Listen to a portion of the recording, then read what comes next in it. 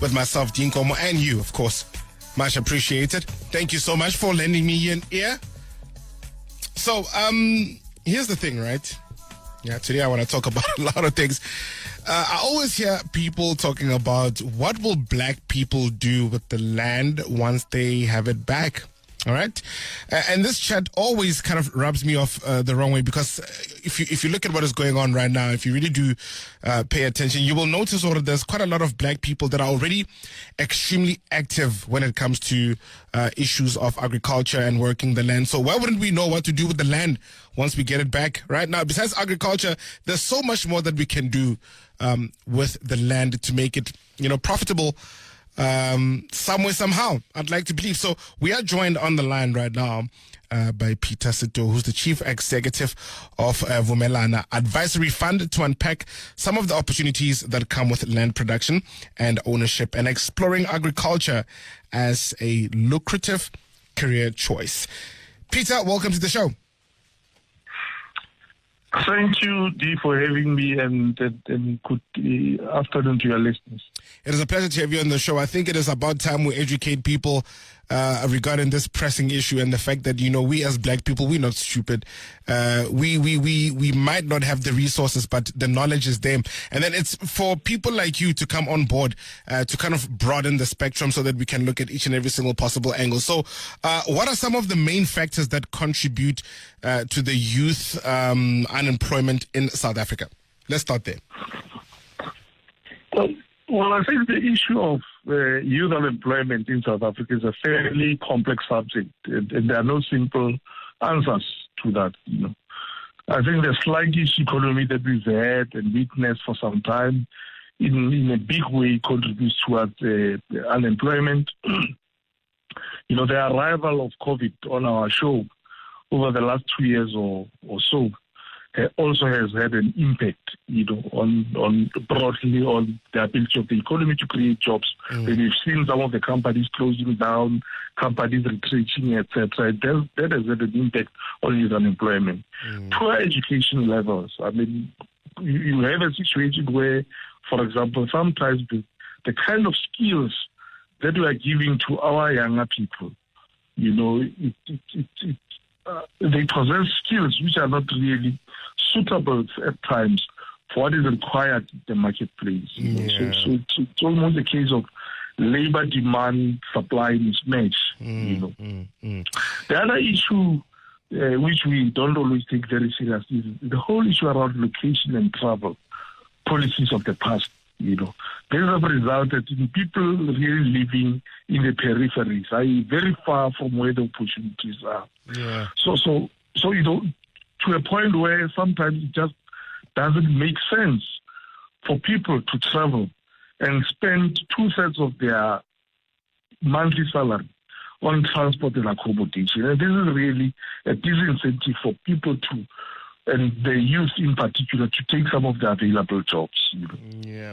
Now, just to maybe, sorry, I'm really sorry to cut you short there, but you know what I wanted to then direct, because I want to expand on what you're saying, but I want us to also direct it towards, maybe the beginning of solutions. How can we explore some of the opportunities for youth, more especially in the agricultural sector and land reform as broad?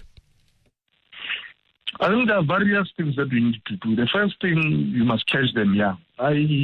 Let's start with at primary level, just to inculcate a sense that agriculture for young people is not such a bad thing. It's not actually bad. It's an in thing. There's money to be made there. It's a cool subject also to study. So we need to catch them whilst they're still young. We need to encourage young people that they need to get involved in agriculture. They also at an early stage. But we also have to try and encourage people to say agriculture as we know it now is very different from how it was, for example, some 50 years or so. Most of it is actually technologically driven, and this may really, really appeal to young ones. But also there are some of the jobs that are not necessarily in agriculture but are supporting the agricultural sector. For example, there's a transport sector, there's an IT sector, etc., etc. And these are the sectors that young people could actually find quite interesting. But also, land reform covers a wide spectrum. For example, we've got ecotourism, we've got forestry, just to mention a few. So it's not all the land parcels that have been, availed to our people as part of land reform that can be used for agriculture. So the scope is actually much, much broader. So if we are to make a dent to the whole issue around youth employment, we need to explore all of this. All right. You know what? We are running out of time, but maybe I think we should, I should ask you this as a parting shot. What are some of the solutions that you believe youth can provide in some of the challenges being faced right now in the agricultural sector? Yeah. I think we need to look at agriculture and farming in particular. If you look at that, you'll realize that you've got an aging population amongst the farmers. And I think therein lies in an opportunity to start getting younger people and other people who are really never part of the mainstream to get involved. Because failure to do that could have an impact on food security. But we need to go beyond that. We need to try and make sure that we encourage and support organizations such as ours, which really advocates for the involvement of the private sector, because the reality is if you give people the land without providing them with the resources and the skills and the finance to be able to work the land, you are setting them up for failure. And government doesn't always have all the funds. So partnering with the private sector is the immediate way through which we can address the current challenges.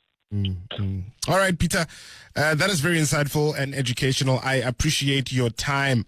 Thank you so much for taking my call. And I believe this is not the last conversation we are having. We should be chatting some more sometime soon. Until then, thank you so much and have yourself a lovely afternoon further, okay? Thank you, Dee. Thanks for you. All right. It's a pleasure. Okay, there you have it. Peter Setou. Agriculture in South Africa, the state of land reform also. Peter Setou, the chief executive of Vumelana Advisory Fund, unpacking some of these pressing issues when it comes to agriculture and employment and how the youth in South Africa can maybe just kind of redirect their attention towards agriculture and land reform, possibly for lucrative career choices. From the risk takers and movers, we